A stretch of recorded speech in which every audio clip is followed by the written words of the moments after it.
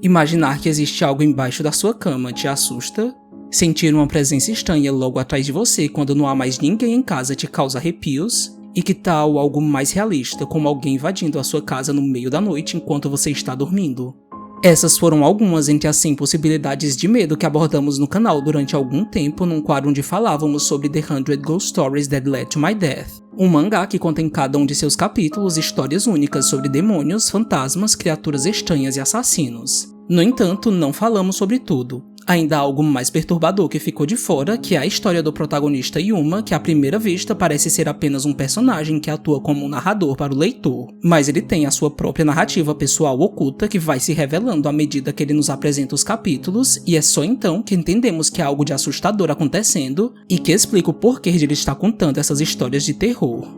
Nas primeiras páginas do mangá, vemos Yuma tentando tirar a sua própria vida, mas ele é salvo por sua amiga Hina, que o faz mudar de ideia e que o apresenta o Hyaku Monogatari, uma brincadeira do folclore japonês no qual as pessoas apagam velas à medida que relatam supostas experiências sobrenaturais com o intuito de entrar em contato com o outro mundo quando a última vela é apagada.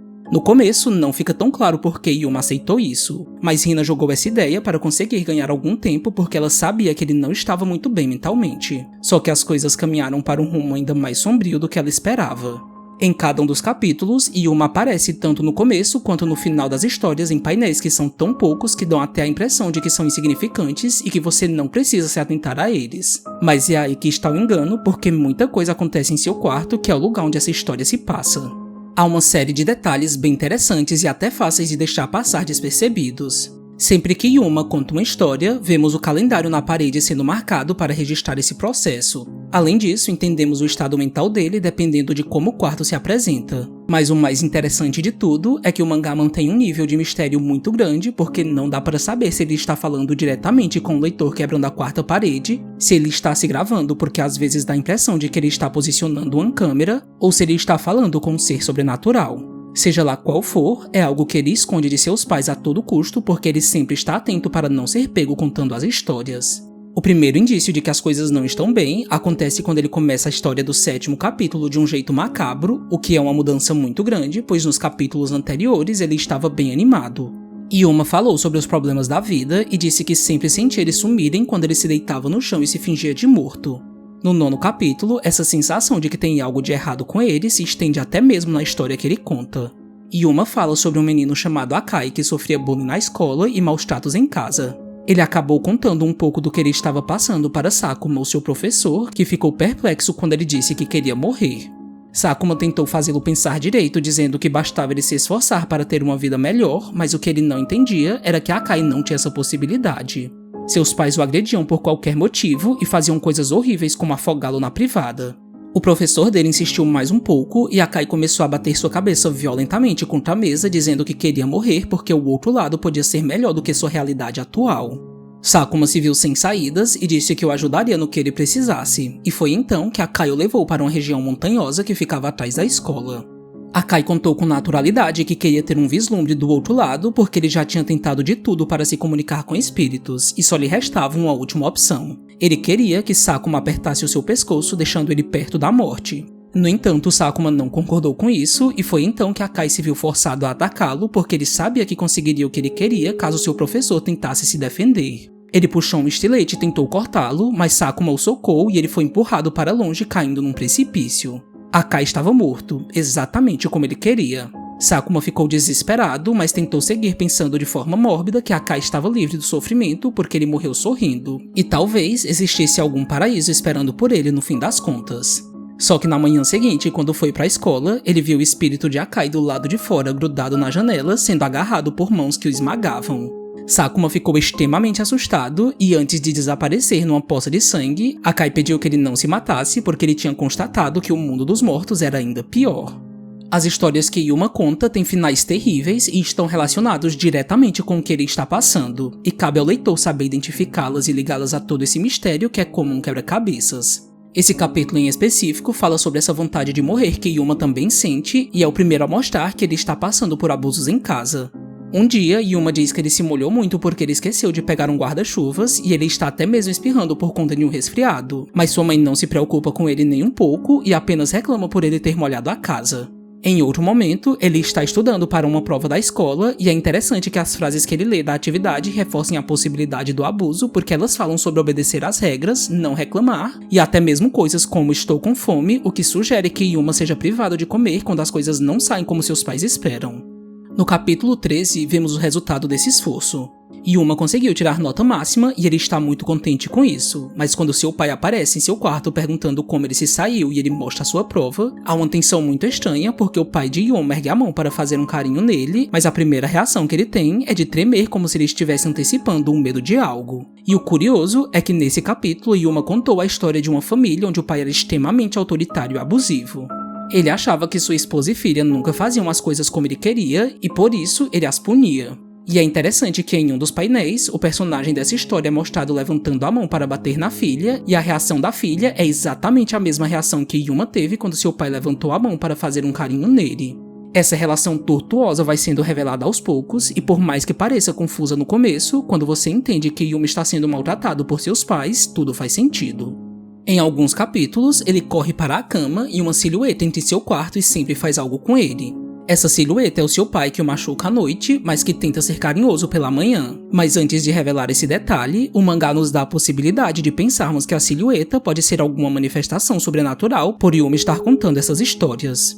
Esses abusos são incentivados pela mãe de Yuma e ele também conta uma história sobre esse lado maternal nada bonito. No capítulo 17, ele nos mostra a história de um menino que foi jogado dentro de uma lata de lixo por sua mãe. Preso junto ao lixo e aos insetos, ele ficava se perguntando sobre o motivo para ela sempre tratá-lo com tanto desprezo. Ele implorou para que ela o deixasse sair, mas ela chegou a colocar um peso sobre a tampa e o deixou dentro da lata até a morte, onde ele acabou se transformando num espírito vingativo que a matou depois de um tempo.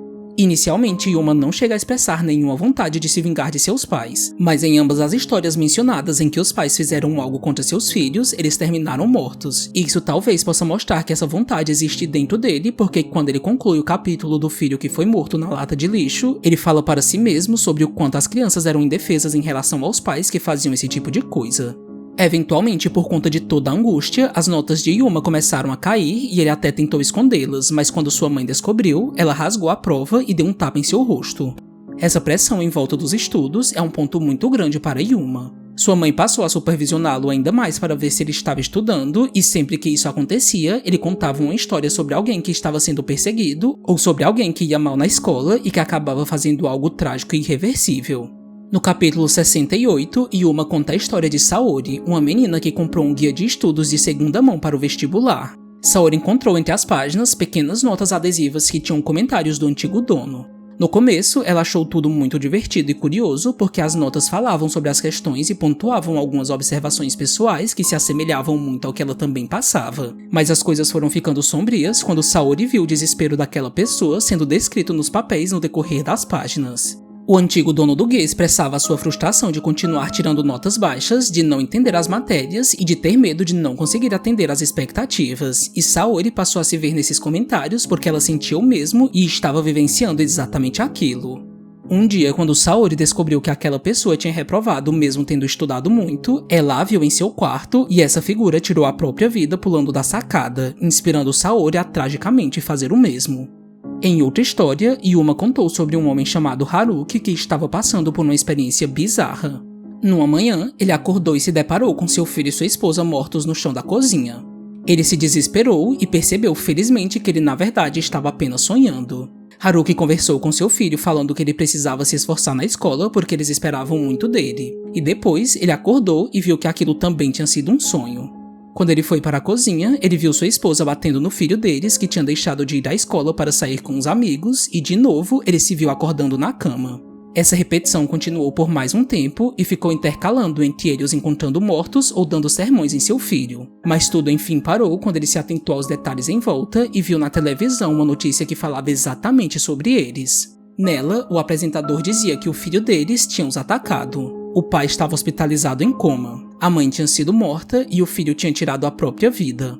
Haruki só estava em coma vivendo aquela repetição porque ao menos nos sonhos ele ainda podia ter a sua família. E o mais perturbador é que mesmo tendo descoberto isso, ele simplesmente desligou a televisão e preferiu fingir que tudo estava bem.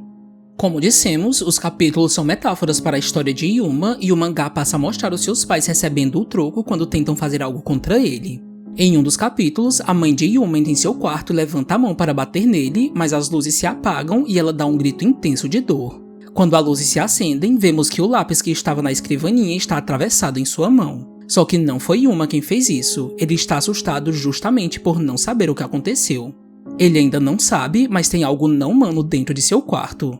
No dia seguinte, Yuma pegou o lápis e tentou buscar algum tipo de resposta para o que rolou, mas o que vale destacar nesse momento é que enquanto a sua mãe grita de dor ao fundo, ele diz para si mesmo que ela deveria entender que também doía nele quando ele era agredido. E por mais que não verbalize nada, Yuma toca no lápis com carinho, o que fica implícito que ele está agradecido pelo que quer que tenha acontecido. Só que à noite, seu pai aparece em seu quarto e o arranca da cama por estar furioso por ele ter enfiado o lápis em sua esposa. E embora Yuma prometa a ele que não foi ele quem fez isso, seu pai o puxa do quarto para bater nele enquanto ele grita pedindo desculpas. Após a agressão, Yuma tenta pedir desculpas a ela por mais que ele não tenha feito nada, mas ela pede aos gritos que ele fique longe dela. O mais estranho é que ela diz para o seu marido que ela sabia que tinha algo de errado não só com Yuma, mas também com o quarto dele. Ou seja, ela sabia que não foi ele quem a machucou e mesmo assim o culpou para ele ser castigado. A situação de Yuma só piora depois da primeira manifestação sobrenatural.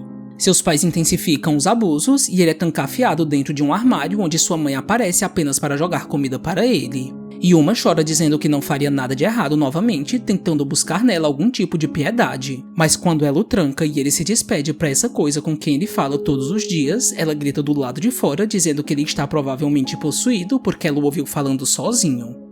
O mais legal desse mangá é que a dinâmica de Yuma com o que está na frente dele nos passa a impressão de que nós somos o fantasma que está começando a assombrar os seus pais porque somos espectadores de um abuso que queremos que acabe.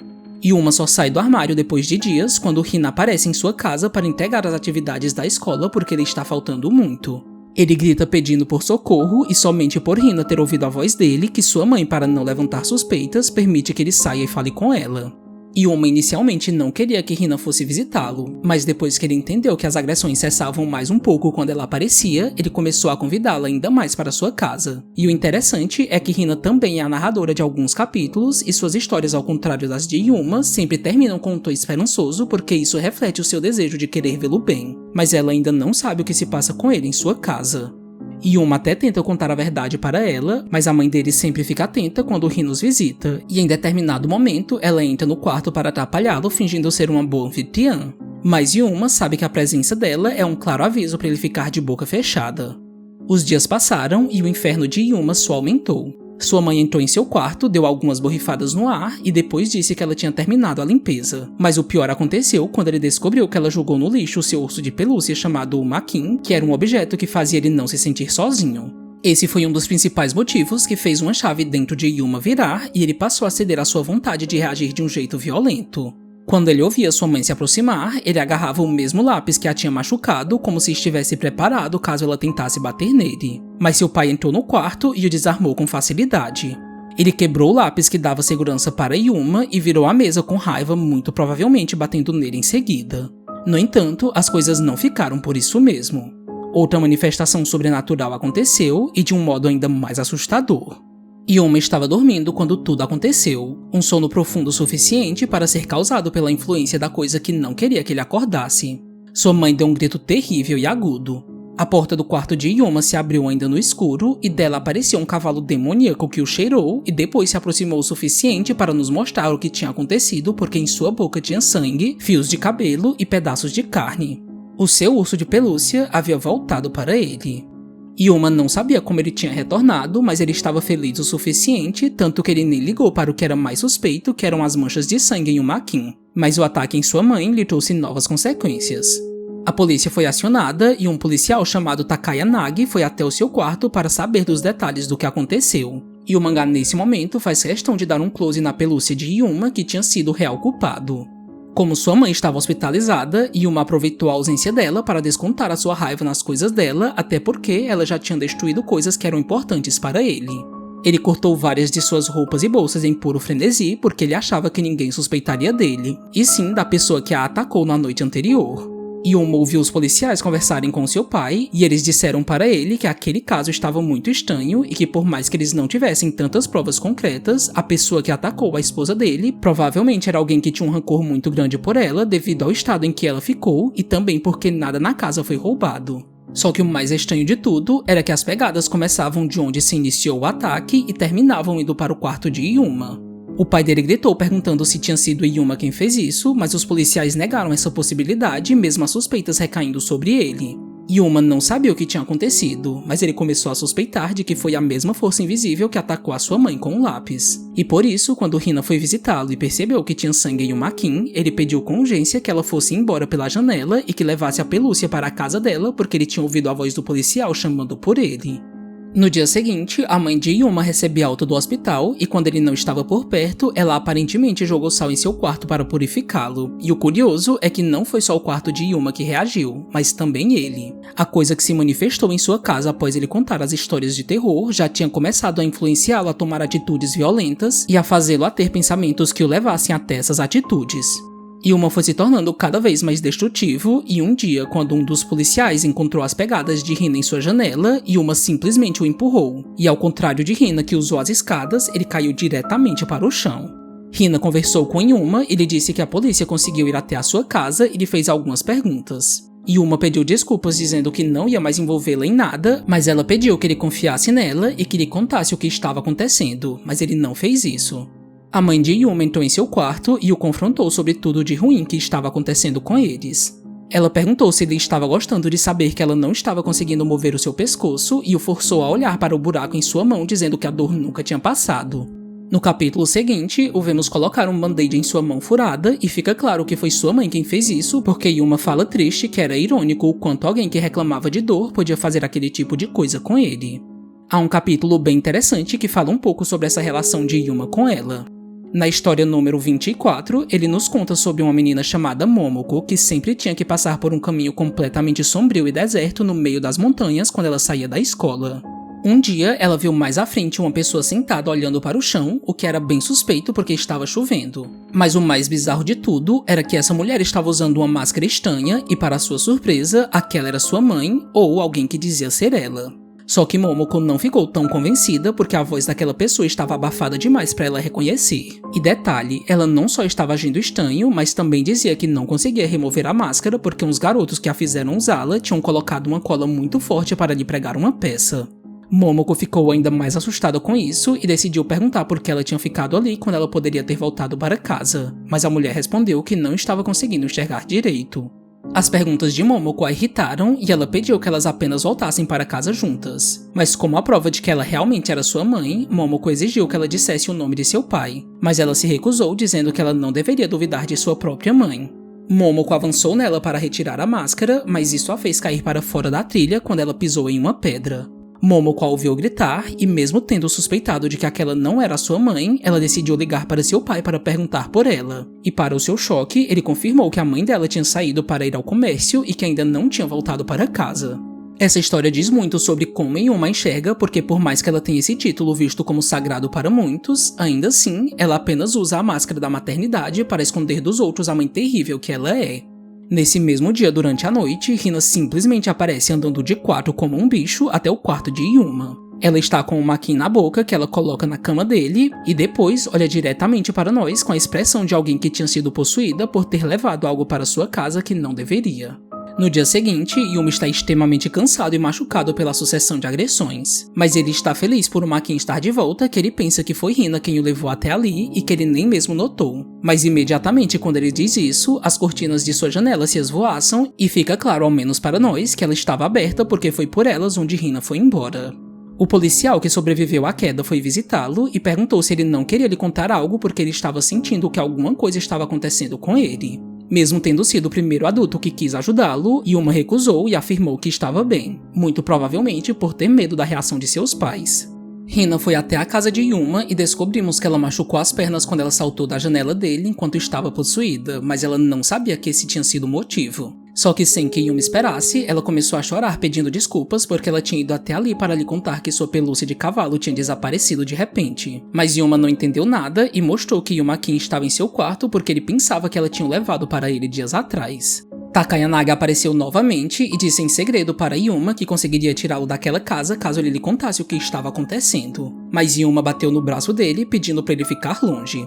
Sua mãe imediatamente apareceu para ameaçá-lo, dizendo para ele ficar calado e não deixar nada escapar porque o policial estava fazendo perguntas demais. Mas quando ela saiu e o deixou sozinho, Takayanagi entrou na casa deles pensando que ela estava vazia.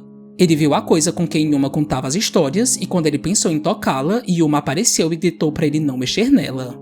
Takayanagi foi embora após isso e Yuma se dispôs a limpar o que quer que fosse aquilo, dizendo que o policial não deveria tê-la tocado, mas quando o policial insistente como era apareceu de novo, ele veio num estado que deixou Yuma assustado.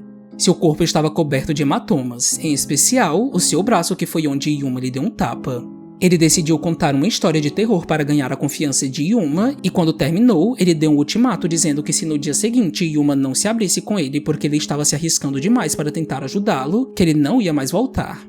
Seu pai, no entanto, percebendo que as coisas estavam arriscadas para ele e sua esposa, foi até o quarto dele para dizer que manteria o policial afastado e fez parecer ao falar isso que ele estava preocupado com Yuma, mas ele fez questão de se certificar de que Yuma não contou nada a ele. Quando Yuma disse que não falou nada, o pai dele disse que a partir daquele dia que ele não iria mais sair para fora de casa. Quando chegamos no capítulo 50, a metade dessa história, Yuma diz que sente que algo está prestes a acontecer, e ele está muito certo. Takayanagi invade a casa dele quando seus pais não estão por perto e pede que Yuma venha rápido com ele porque ele vai salvá-lo. Mas quando Yuma grita pedindo para ele parar, uma força invisível quebra o seu braço e o arrasta para fora da janela, o matando. No capítulo seguinte, as coisas já começam tensas, o que é bem diferente porque geralmente os acontecimentos mais importantes só são mostrados no final. Mas aqui, Hina e Yuma são mostrados levando o corpo do policial enrolado num lençol até o seu quarto. Yuma tinha dito que não ia mais envolvê-la em seus problemas, mas como ela era a única pessoa de confiança, ele a chamou. Hina, que só tinha ajudado porque sabia que Yuma estava com uma corda no pescoço, disse que eles precisavam chamar uma ambulância urgente. Mas Yuma sabia que já era tarde demais para isso. Ele pediu que ela fosse embora, mas sem antes garantir que ela não contasse nada a ninguém sobre aquilo. Quando Hina saiu, ele ficou em desespero, dizendo para si mesmo que as coisas não teriam terminado daquela forma se ele tivesse contado que ele estava sendo abusado por seus pais. Mas ele engoliu esse sentimento para contar as histórias, e esse detalhe é bem importante porque a partir daqui, Yumi assume uma personalidade mais fria e egoísta. O cadáver de Takayanagi começa a apodrecer em seu quarto e a atrair moscas. Yuma pensa em colocá-lo dentro de uma mala, mas ele acaba derrubando e seu pai vai até ele.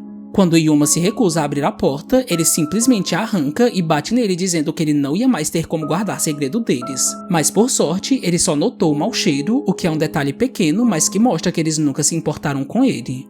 Hina vai visitá-lo para perguntar o que ele tinha feito com o cadáver de Takayanagi, mas assim que ele pede que ela olhe embaixo da cama, ela dá um grito de puro susto por tê-lo visto apodrecendo. Yuma a faz voltar até a sua casa para que ela o ajude a se livrar dele na madrugada, e é nesse momento que Hina acaba descobrindo que ele vem sofrendo agressões. O pai de Yuma entra em seu quarto e ele só tem tempo de esconder em suas cobertas. Durante esse capítulo, Yuma contou uma história sobre paralisia do sono. A personagem que experienciou tudo viu um fantasma tentar possuir o seu namorado sem que ela pudesse fazer nada além de assistir porque ela não conseguia se mover, o que é um paralelo bem pesado quando pensamos que Hina teve que ver Yuma ser espancado enquanto ela fingia que não estava ali com ele. Yuma está com uma aparência ainda pior. Ele está machucado para além do físico porque ele nunca conseguiu contar para Hina o que estava acontecendo com ele, e ela descobriu a verdade da forma mais crua possível. Mas ela voltou até a sua casa pela janela, e por mais que ele pedisse para ela ir embora, ela disse que ia passar por aquilo com ele porque ele não estava sozinho. O problema é que Yuma realmente não estava sozinho e suas intenções não podiam mais ser medidas. Quando ele pegou na mão dela e disse que ela tinha que voltar para casa, Hina reclamou de dor imediatamente, assim como Takayanagi fez antes de aparecer cheio de hematomas. Dias depois, Yuma pensou que Hina não apareceria, mas à noite ela voltou ao seu quarto num estado preocupante. Ela estava gemendo de dor e ele viu seu corpo cheio de feridas. A coisa sobrenatural que estava ao seu lado não fazia distinção de ninguém, como se todos fossem uma ameaça para ele. E é só então que começa a ficar mais evidente que esse ser desejava que nada impedisse Yuma de contar as histórias até o fim. Yuma estava preocupado com Hina, mas depois de uns dias ele foi visitá-la escondido e ficou aliviado ao saber que os hematomas dela tinham sumido, muito provavelmente por ela ter parado de ir até a casa dele. Ele até pensou em revê-la novamente, mas seu pai apareceu para lhe contar algo que lhe gelou a espinha. As autoridades tinham descoberto o corpo de um homem que tinha sido desovado em um parque próximo dali. Yuma ficou profundamente desesperado por o corpo de Takayanagi ter sido encontrado tão rápido. Ele estava preocupado de que ele e Hina fossem descobertos, mas o seu maior temor não era o de simplesmente ser preso, e sim de não conseguir terminar de contar as 100 histórias. 2 dias depois, a mãe de Yuma o impediu de sair de casa e comentou com ele sobre o caso do cadáver que foi encontrado, e por um descuido, Yuma deixou escapar que o corpo era o de um policial, o que a mãe dele achou muito estranho porque essa informação não tinha sido divulgada em nenhum lugar. Yuma torceu para ela se esquecer do que ele falou, mas no dia seguinte, ela apareceu chamando por ele numa empolgação que ela não tentou esconder nem um pouco. A mãe dele disse que o corpo do policial tinha sido identificado e que ele era o policial que costumava visitá-los. Ela deixou claro que tinha chamado a polícia porque ela sabia que ele estava envolvido e disse que finalmente isso ia fazê-lo desaparecer de uma vez por todas de sua vista. Um agente chamado Kido, que trabalhava num certo departamento especial da polícia, apareceu para falar com Yuma sobre a morte de Takayanagi. Ele foi direto ao dizer que as impressões digitais de Yuma tinham sido encontradas na mala onde o cadáver estava e pediu que ele viesse com ele. Mas antes de saírem dali, ele sentiu algo observando naquele quarto. Yuma foi levado em custódia para ser interrogado, mas quando ele é deixado sozinho, ele fala com essa coisa com quem ele conversa todos os dias sobre o que aconteceu. Ele nos conta que a polícia suspeitava que ele recebeu apenas as instruções de um adulto que era o real culpado pelo assassinato de Takayanagi. Kido volta para a sala onde ele está e Yuma diz que já tinha falado tudo para ele, mas ele é surpreendido quando Kido pergunta sobre a coisa que estava com ele, o que é uma abordagem bem diferente do que já tinha sido feita. Yuma é mandado de volta para casa e é interessante que ele fale com essa coisa atualizando sobre o que tem acontecido. Yuma conta para essa figura anônima que Kido é alguém diferente porque ele o percebeu. E, inclusive, quando ele sai para prestar novos depoimentos, ele se despede dizendo que era melhor ele ir sozinho a partir dali. Mas depois ficamos sabendo que Kido perguntou para Yuma porque ele não estava acompanhado como da última vez. Kido é um personagem que tem um papel mais específico e excêntrico dentro dessa história porque mesmo sendo da polícia, o que dá a entender é que a sua função também está ligada ao paranormal, como se ele fosse um desses agentes que pode atuar em ambas as esferas. Ele acaba descobrindo que Yuma está contando as histórias de terror e esse seu lado que exerce um pouco dessa característica de um exorcista é ainda mais explorado quando ele retira um tampão de seu olho para mexer nessa coisa que Yuma esconde de todos. Mas a sua mão se enche de hematomas como uma maldição que ele purifica com um boneco de palha. A história que Yuma conta nesse capítulo faz referência a esse tema de que você não está sozinho porque tem alguém que você não consegue ver morando com você. Ele nos conta a história de Nanako, que está morando sozinha, mas o que ela não sabe é que um homem chamado Takeo está vivendo embaixo de sua cama. Sempre que ela sai para o trabalho, ele aproveita a ausência para comer a sua comida, para escovar com a sua escova de dentes, para se deitar em sua cama e para fazer tudo o que lhe der vontade, mas sempre tomando o máximo de cuidado possível para não deixar que ela descubra sobre sua presença. Como tinha lhe dito, Kido apareceu no dia seguinte e ouviu Yuma contar a história. Ele disse que queria tê-lo interrompido, mas ele não fez isso porque ele sabia que era extremamente perigoso. Kido sabia que Takayanagi foi morto por aquela coisa porque o corpo dele estava cheio daqueles hematomas. Ele disse que Yuma não tinha culpa pelo que aconteceu, mas que ele precisava ajudá-lo a pôr um fim em tudo aquilo. No entanto, quando ficou sozinho, Yuma disse que não podia deixá-lo fazer isso porque ele precisava ir até o fim. Ele estava sendo consumido e corrompido a cada minuto que se passava por aquele espírito maligno. Tanto que ele chegou à conclusão de que bastava expor Kido aos ferimentos, tal qual tinha acontecido com Takayanagi. Os ferimentos em Hina tinham voltado e o seu plano também a incluía porque ele queria curá-la com um boneco de palha que ia tentar roubar de Kido. Assim, ele acertaria 2 coelhos numa cajadada só. Ele a levou para sua casa e a deixou contando uma história enquanto ele ia até uma loja de ferramentas, mas quando ela ficou sozinha, ela falou consigo mesma que ele estava assustando cada vez mais. E esse sentimento se intensificou quando ela ficou incrédula assim que ele voltou com o objeto que ele foi comprar e disse que seria usado em Kido. O mangá não chega a mostrar o que é de fato, mas dá pra entender que ele voltou com uma faca. Quando Kido entra em seu quarto para conversar com ele no dia seguinte porque Yuma tinha lhe contado sobre Hina, ele se surpreendeu com os hematomas no corpo dela e Yuma aproveitou a ocasião para machucá-lo espalhando a maldição em seu corpo. Só que ele não contava que Kido não estaria com nenhum boneco naquele dia para remover a maldição. Kido aparece mais tarde com o corpo completamente tomado. Yuma chega a perguntar o porquê ele não se curou como antes, mas infelizmente ele explicou que o amuleto que ele utilizou era de uso único, mas ainda assim ele conseguiu salvá-la puxando a maldição de Hina para seu corpo. Yuma se sentiu profundamente culpado porque Kido era alguém que só queria ajudar assim como Takayanagi e ele tinha estragado tudo. Hina pareceu feliz por estar bem. Ela queria agradecer Kido pela ajuda, mas Yuma disse chorando que isso não ia ser mais possível porque ele tinha usado o seu corpo como substituto do boneco de palha, ou seja, ele estava morto. Yuma ficou abalado pelo que aconteceu com Kido e Hina pela primeira vez verbalizou que tinha algo de errado com o quarto dele. Ela suspeitava da influência maligna e assim que ele saiu para ir ao banheiro, ela aproveitou sendo o mais rápida possível para queimar a coisa que Yuma protegia a todo custo. Mas esse foi um erro terrível. Enquanto queimava, Hina começou a tossir e a maneira como o mangá mostra o que acontece é bem interessante. O objeto queimado vai sendo consumido e através do que sobra dele, vemos Hina sendo possuída novamente após respirar a fumaça. Mas não só isso, a coisa em seu corpo diz que finalmente conseguiu se manifestar naquele plano. E é aqui que o mangá descarta algumas possibilidades. Yuma não estava falando com uma câmera, tampouco conosco. Yuma voltou para o seu quarto e disse aliviado que ele tinha uma cópia, ou seja, Hina queimou uma foto. Ele ficou se perguntando o porquê dela ter feito isso, e o mangá muda a perspectiva para dar um tom assustador quando através da visão de Hina, ou melhor, da coisa dentro dela, o vemos de costas terminando de contar uma história. Hina pediu para Yuma para ela contar uma história e como ela estava possuída, diferente das últimas vezes que ela narrou histórias com finais leves, nessa o tom foi mais perturbador. Ela contou sobre 2 amigos que estavam atrás de flores raras que diziam os boatos de que elas só cresciam próximas de cadáveres. Os meninos acabaram provando o néctar das flores e o sabor delas, quase paranormal, lhes colocou num vício tão intenso que eles saíram procurando por elas por toda a floresta. Quando elas estavam quase acabando, um deles matou o outro para tê-las só para si, e no final, ele é visto sugando flores no aglomerado que indicava que foi ali que ele tinha sido enterrado para servir como adubo e crescimento para as flores. Assim como Hina, eles também tinham sido possuídos, embora de outra forma. Há outros capítulos que também tocam nessa questão da possessão, mas eles são abordados em diferentes pontos da história e você só sabe que eles estão falando sobre Hina quando você se lembra do que já foi narrado. Esse mangá, como dissemos, é um verdadeiro quebra-cabeças. Coisas que são apresentadas em capítulos iniciais fazem ligação com detalhes de capítulos finais e nem tudo está em ordem cronológica, mas achamos que essa é a graça. Yuma, inclusive, percebe que a história que Hina contou não parece nada com o que ela já tenha contado justamente pelo teor pesado, mas ele fica realmente assustado quando ela vira completamente a cabeça, estando com a parte da frente de seu corpo de frente para ele. E quando o espírito dentro dela desaparece por um instante e ela diz que vai contar a história, Yuma fala confuso que ela já tinha feito isso. Hina passa a ter episódios de apagões onde ela sente sua memória desaparecer. Num desses momentos, Yuma a coloca para descansar em sua cama e o mangá nos mostra a visão dela quando ela acorda e o vê apenas como um borrão. Ela faz um carinho nele pegando em sua cabeça e Yuma acha isso esquisito porque o ato em si tinha sido maternal demais para ela.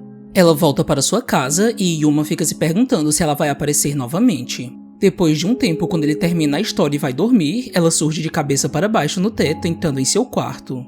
Na manhã seguinte, ele se faz a mesma pergunta. Yuma vai direto para sua cama e seu pai entra em seu quarto para bater nele por motivo nenhum, como sempre aconteceu. Mas Hina, que continuava ali, o puxa para cima do teto e simplesmente o mata e some com seu corpo. Depois de algum tempo, Hina vai até a sua casa, mas ela não está possuída. Ele conta pra ela que sua mãe estava estressada porque o seu pai tinha desaparecido, e é então que Hina lhe revela que está tendo sonhos estranhos sempre que pegava no sono de repente, o que estava lhe deixando preocupada porque isso estava sendo recorrente. No começo, por algum motivo, ela sempre se pegava observando o pai dele nos sonhos. Isso por si só já era esquisito, mas o pior aconteceu quando ela se viu matando ele. Ela não sabia se isso tinha ligação com o desaparecimento dele, mas ela queria acreditar que não. O mangá, quase chegando no seu fim, decide nos revelar um detalhe que explica muita coisa e que dá pistas sobre quem é o espírito que se apoderou do corpo de Hina. Quando ela o visita, ele diz que continuava tendo sonhos ruins. Hina conta que agora está sonhando com a madrasta de Yuma. Ou seja, além de ela ser a próxima a ser morta, ao menos nos sonhos, essa informação explica muita coisa sobre a dinâmica desse relacionamento. Hina é novamente possuída e ela deixa claro para Yuma que ela vai garantir de limpar toda a bagunça da casa, o que é uma referência direta à morte de sua madrasta. Quando tudo é feito, Yuma decide amarrá-la em sua cama para preveni-la de fazer outras atrocidades, mas o espírito dentro dela reaparece e se contorce tentando se soltar, o que faz Yuma implorar para que ela pare. Yuma conversa com o espírito para ele não machucar Hina e ele chora sobre o seu corpo sabendo que aquilo estava acontecendo com ela por sua culpa. E é então que finalmente sabemos com quem ele esteve falando durante todo esse tempo. Yuma chama o espírito de mãe e era para ela que ele estava contando aquelas histórias de terror. Nesse capítulo em específico, antes disso acontecer, Yuma nos conta sobre um menino que vivia com seu pai e que se comunicava com sua mãe morta através de cartas que apareciam do nada. Ele conseguia um pouco de alívio de sua realidade ao falar com ela porque o seu pai era abusivo, tal qual o pai de Yuma. Mas com o tempo, depois que ele cresceu, ele começou a desconfiar que era seu pai quem respondia em segredo e que se passava por sua mãe. Mas quando o seu pai morre, ele descobre a verdade através de uma outra carta mandada por sua mãe. Nela, ela dizia que finalmente podia lhe contar a verdade. Quando o pai dele ainda estava vivo, havia uma regra no mundo dos mortos de que aqueles que tinham morrido não podiam fazer os vivos tomarem decisões que os fizessem causar mal a outras pessoas. Mas agora, como o marido dela estava morto, ela queria que ele soubesse que ela tinha sido morta pelo pai dele. O mangá não deixa claro o que aconteceu com a mãe de Yuma, mas através das histórias que ele conta é que podemos pressupor o seu destino. Além desse capítulo, há outro em específico que acontece mais à frente que faz ligação com essa ideia. Nessa história, uma filha que já tinha um pai falecido começou a vê-lo e em suas aparições ele sempre estava apontando para uma direção. Na primeira vez que ele surgiu, ela estava perdida e ela pensou que ele estava a guiando de volta para casa porque além de apontar uma direção, ele continuava repetindo a palavra aqui. Mas depois de um tempo, quando isso aconteceu novamente, sua mãe reagiu de maneira estranha quando ela lhe disse que estava vendo o seu pai morto. Ela tentou lhe dizer que isso era impossível porque ele tinha morrido quando estava fazendo uma antilha, mas o mais estranho é que a menina enxergava usando um paletó. A mentira só ficou ainda mais escancarada quando o fantasma dele apareceu a guiando dentro de casa e a levando para o quintal onde ele apontava com uma expressão de angústia para o chão, o lugar onde ele tinha sido morto e enterrado por sua esposa. No capítulo 48, Yuma nos mostra uma história sobre uma mãe que foi abandonada por seu marido com seu filho Takeru. Ela guardou um ressentimento profundo e passou a tricotar um suéter onde ela despejou toda a sua raiva e desejo de vingança. Takeru não entendia o porquê disso, porque ele sabia que sua mãe tinha dedicado sua vida em fazer essa peça de roupa, sentindo a frustração de saber que o pai dele nunca ia voltar. Depois de anos em seu leito de morte, ela pediu que Takeru se livrasse do suéter o queimando porque ele não tinha mais serventia. Mas como ele não tinha recebido nada para se lembrar dela, ele foi contra essa decisão e ficou com o suéter para si, inclusive usando. Mas não demorou para ele entender o porquê dela ter pedido que ele o eliminasse.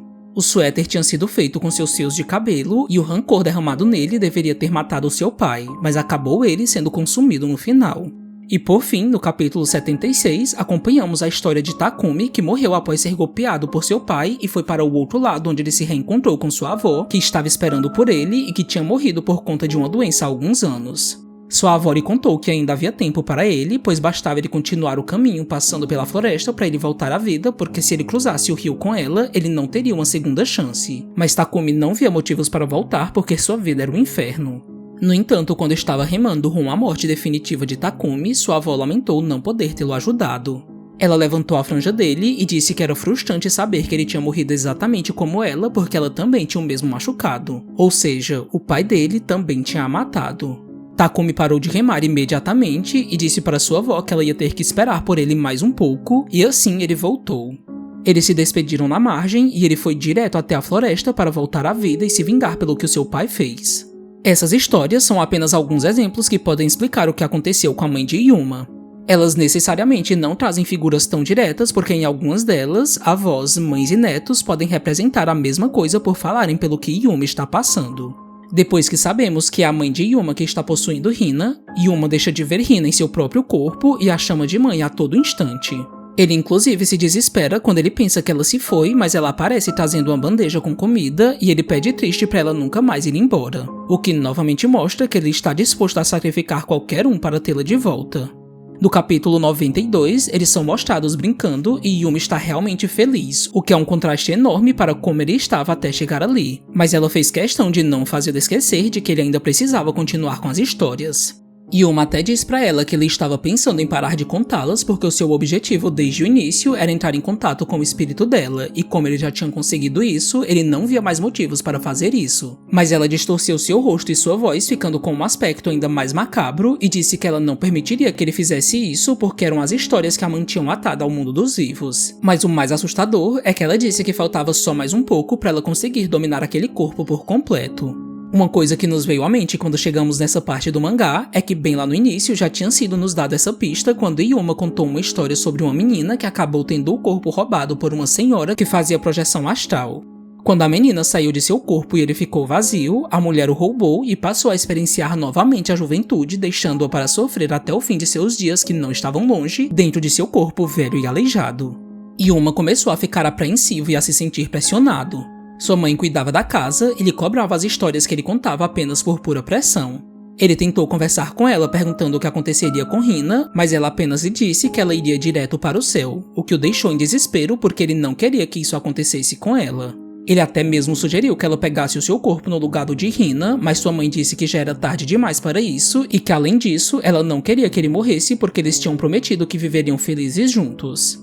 No dia seguinte, após terminar mais uma história, ela viu que ele estava se forçando demais e lhe disse que ele não precisava mais fazer isso porque ele estava passando dos próprios limites, já que estava claro para ela que ele achava Hina mais importante do que ela. Mas Yuma implorou para que ela não fosse embora e foi com esse jogo psicológico que ela conseguiu deixá-lo ainda mais preso em sua teia. Um dos detalhes mais legais é que à medida que Yumi está chegando ao fim das 100 histórias, o corpo de Hina começa a dar sinais de que a possessão está ficando mais forte através de como Hina está cada vez mais parecida com a mãe dele. E embora até esse momento ela não tenha sido mostrada, no capítulo 29, quando o pai de Yuma entra em seu quarto e vira a mesa após bater nele por pensar que ele perfurou a mão de sua madrasta com um lápis, o caderno de Yuma que cai no chão mostra um desenho dele com sua mãe. Yuma pediu que sua mãe ao menos lhe desse a chance de se despedir de Hina apropriadamente. Ela acabou concordando e disse que o deixaria a sós com ela enquanto ela estaria adormecida por um tempo. No entanto, ela deu regras claras de que ele não poderia falar com Hina mais do que o essencial, tanto para ele não se deixar levar e acabar desistindo das histórias, quanto para manter Hina presa em seu inconsciente. Quando Hina acordou desorientada, Yuma a abraçou e disse com pesar que sua mãe estava voltando para ele. Hina ficou feliz por Yuma porque ela sabia que isso ia ajudá-lo no que ele estava passando, mas ele não teve coragem de lhe contar a verdade. Os dois conversaram um pouco e Yuma inclusive pediu que ela lhe contasse uma história. Após isso, Hina disse que já tinha se encontrado com a mãe dele na escola e que ela lhe ajudou a ir até a enfermaria quando ela não estava se sentindo bem, o que o deixou ainda mais triste porque a percepção de Hina a respeito de sua mãe não fazia mais jus a como sua mãe estava disposta a sacrificá-la para voltar à vida de qualquer maneira. O mais interessante dessa história é que, embora o sentimento de Yuma tenha sido genuíno sobre ele querer ver sua mãe para buscar algum tipo de consolo e até fuga das agressões, ele acabou trazendo ao mundo algo que já não era mais a mesma coisa.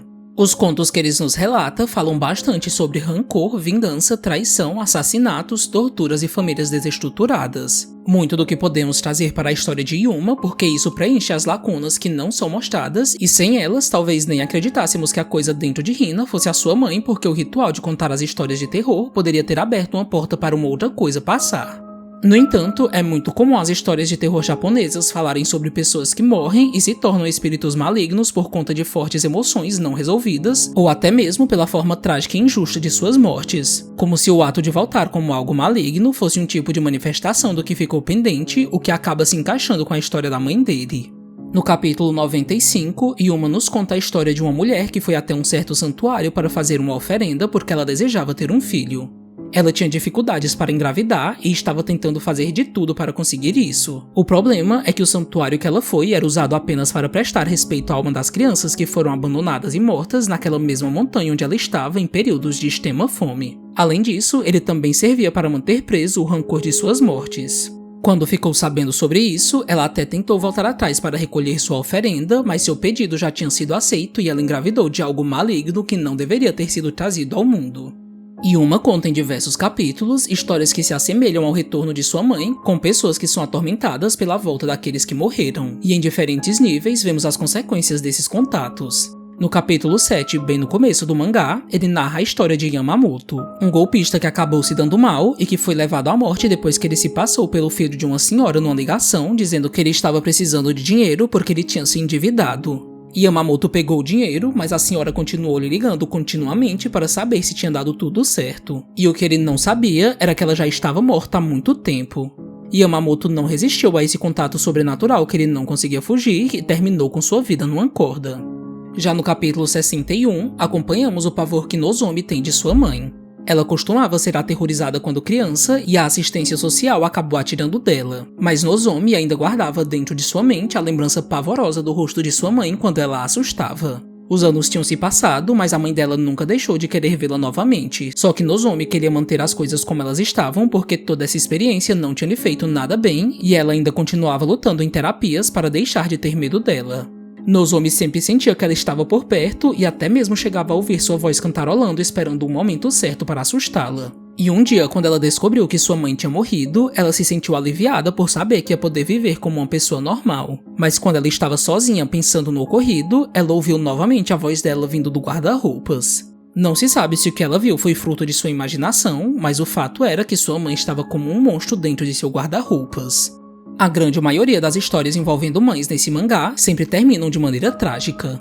Quando a figura da mãe não atormenta o filho diretamente, ela faz algo que o leva a quase loucura, como aconteceu nesses dois exemplos, e que praticamente mostra um pouco do que Yuma está passando. Hina voltou a ser possuída e a mãe de Yuma perguntou para ele se Hina tinha suspeitado de alguma coisa, mas ele respondeu que não e pediu mais um favor a ela. Ele desejava que ela fosse para a casa de Hina ao menos até o dia seguinte, quando ele contaria a penúltima história, porque ele queria que os pais de Hina pudessem se despedir para ninguém em tudo aquilo não guardar nenhum ressentimento. A mãe de Yuma aceitou, mas não foi embora sem antes ter a certeza de que ele contaria a penúltima história, porque ela voltaria no dia seguinte para eles concluírem aquele ritual.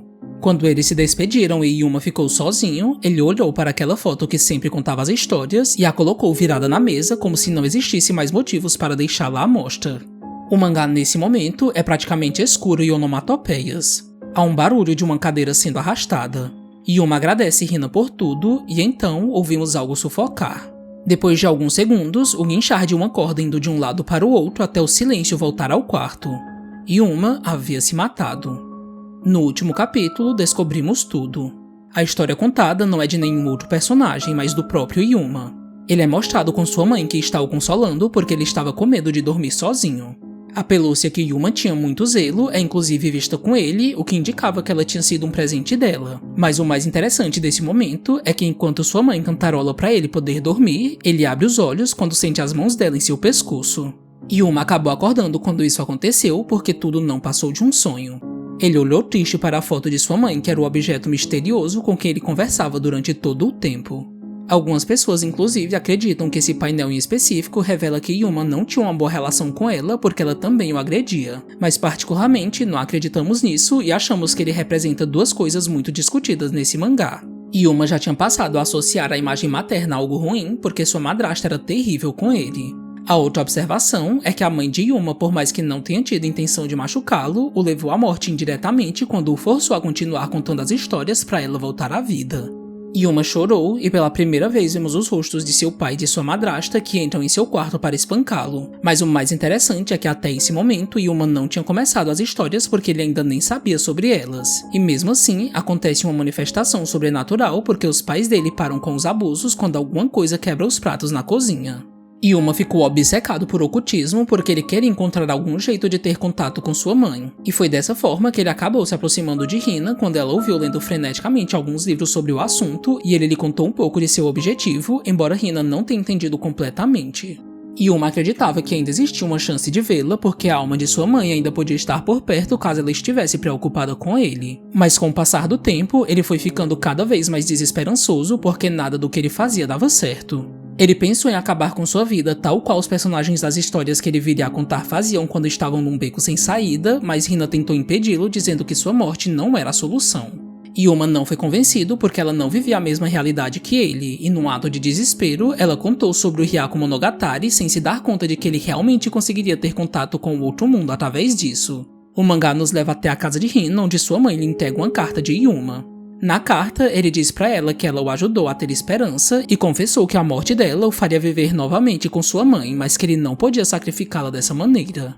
Yuma agradeceu por ela tê-lo impedido no dia em que iria saltar da janela e que mesmo o mundo tendo lhe dado o pior que poderia oferecer para uma pessoa, ele estava em paz por pensar na possibilidade de ser feliz com sua mãe no pós-vida. Mas provavelmente não foi isso que aconteceu, porque a história de Akai meio que serve para mostrar que Yuma, mesmo após a morte, não encontrou paz alguma. Hina foi tomada por uma sensação angustiante por saber que Yuma tinha dado cabo de sua própria vida daquela maneira porque até o fim, ele a deixou de lado mesmo ela tendo lhe dito incontáveis vezes que ele podia contar com ela.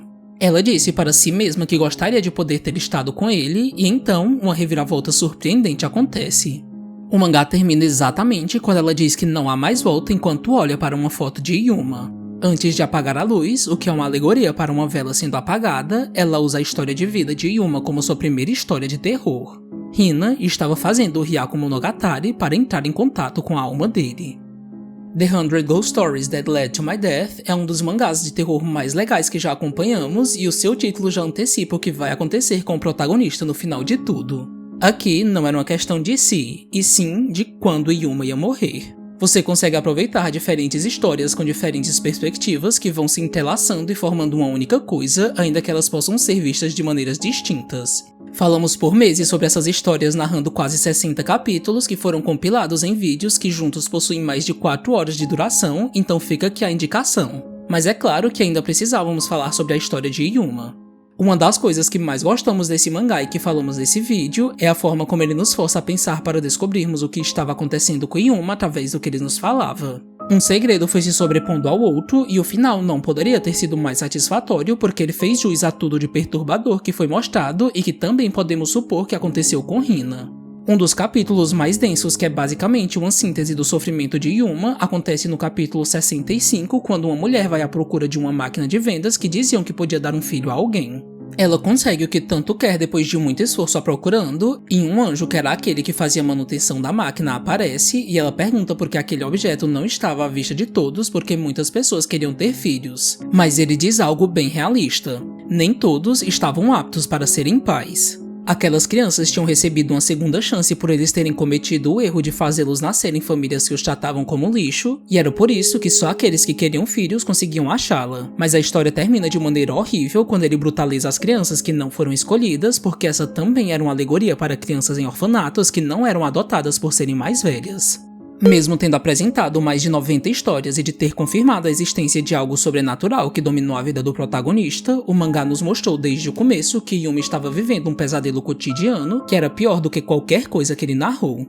Ele às vezes sentia medo do que ele contava, mas o seu pavor real vinha de dentro de sua própria casa porque nenhum monstro de suas histórias era tão terrível quanto seus pais. Os abusos não chegam a ser nomeados diretamente e quando isso acontece, as coisas já estão no ponto onde nada mais precisa ser dito porque já estamos vendo tudo acontecer. Yuma estava relutante em contar a verdade para os policiais e para Hina porque verbalizar o que ele sofria o faria admitir o que ele não queria porque tudo poderia ficar ainda pior. E o mais trágico é que não foram as histórias de fantasmas que colocaram um fim em sua vida, e sim o que o levou a contá-las.